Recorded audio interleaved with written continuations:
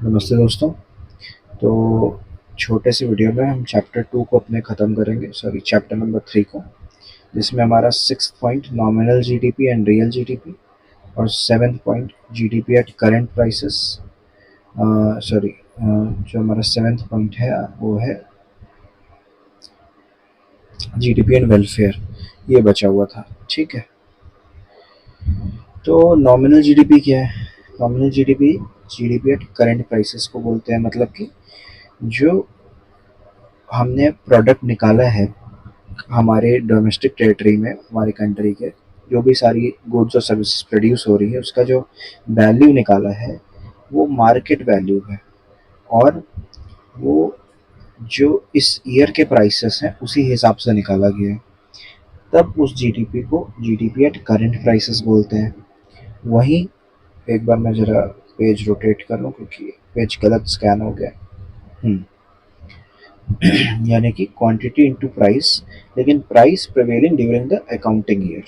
ठीक, क्वांटिटी हमेशा ही current year की रहेगी, तभी इसको हम करंट ईयर की जीडीपी बोल पाएंगे, नहीं तो नहीं बोल पाएंगे। ठीक है,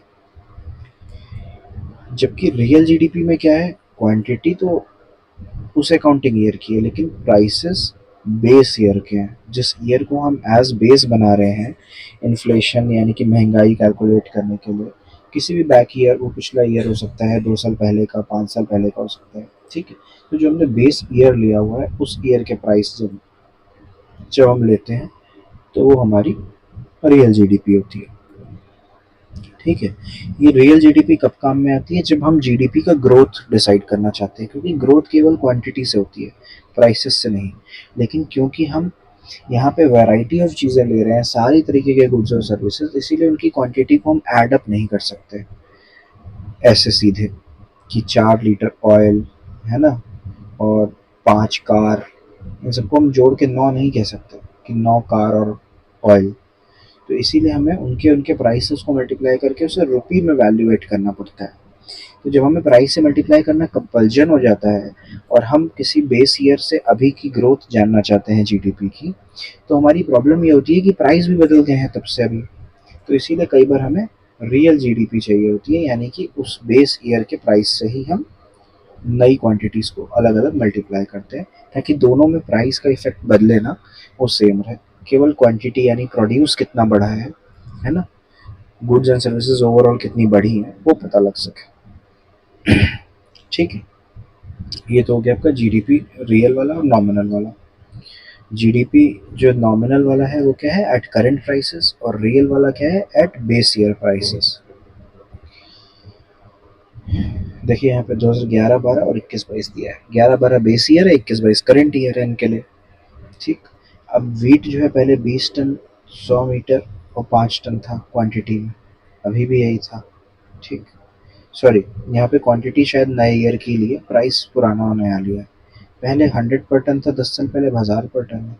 पहले 5 पर मीटर था, 20 पर मीटर है। पहले 500 पर टन था, 1600 पर टन है। तो हमने सेम क्वांटिटी को उनके उनके प्राइस से मल्टीप्लाई किया, तब हमें पता चला कि पहले हमारा जीडीपी एमपी 5000 था, अब 30,000 हो गया। ठीक, लेकिन इसमें हमने क्या किया कि पुराने और नए प्राइस को लिया।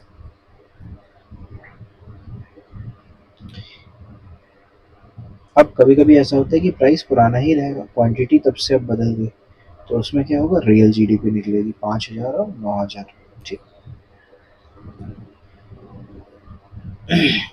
जीडीपी एट कांस्टेंट प्राइस भी बोलते हैं रियल जीडीपी को।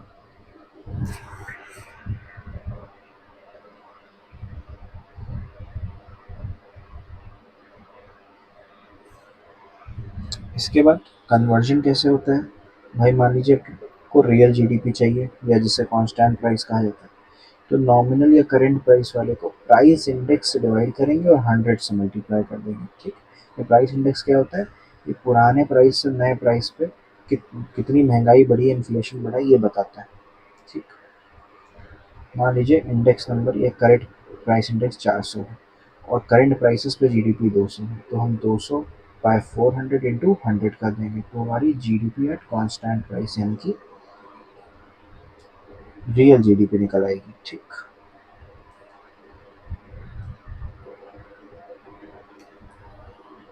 वही हमें रियल दी हुई है, नॉमिनल निकालनी है, तो हम दोनों को इंटरचेंज कर देंगे। वहाँ पे 100 नीचे चला जाएगा और प्राइस इंडेक्स ऊपर आ जाएगा। एक्चुअली ऐसा नहीं हुआ है, ये नॉमिनल के बगल में 100 मल्टीप्लाई था और प्राइस इंडेक्स था, तो ये उधर गया तो ऊपर मल्टीप्लाई हुआ, 100 आया तो डिवाइड हो गया। ठीक, नीचे चला गया।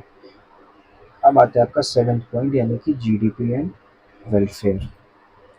तो रियल जीडीपी जो है ये लोगों का वेलफेयर कितना हुआ है उसका इंडेक्स है। ठीक, मतलब कि quantity, number of goods, number of services कितने बढ़े ये बताता है, प्राइस में कोई चेंज ये नहीं देखता। ठीक, तो उससे पता चलता है पर पर्सन जो गुड्स और सर्विसेज की अवेलेबिलिटी है वो कितनी बढ़ी है। तो रियल जीडीपी क्या है, वेलफेयर का इंडेक्स है। जबकि जो तुम्हारा जो आपका नॉमिनल जीडीपी है वो क्या बताता है, पैसे कितने बढ़े, महंगाई कितनी बढ़ी। तो वो वेलफेयर नहीं, वो बल्कि प्रॉब्लम्स और या लिमिटेशंस को बढ़ा कितनी बढ़ी है ये बताते हैं। ठीक, अच्छा, लेकिन फिर भी रियल जीडीपी की कुछ कमियां हैं, कुछ लिमिटेशंस, जैसे कि डिस्ट्रीब्यूशन ऑफ इनकम। भाई जब प्राइस हम चेंज नहीं करेंगे, है ना, तो हमें ये भी नहीं पता चलेगा कि इनकम कितनी चेंज हुई, क्योंकि जब हमने अभी देखा था कि डोमेस्टिक, पिछले वीडियो में, कि डोमेस्टिक टेरिटरी के अंदर ही सब कुछ हो रहा है, उसी हाउस होल्ड से फैक्टर्स लिए जा रहे हैं और उसी हाउस होल्ड को उन फैक्टर का पेमेंट किया जा रहा है।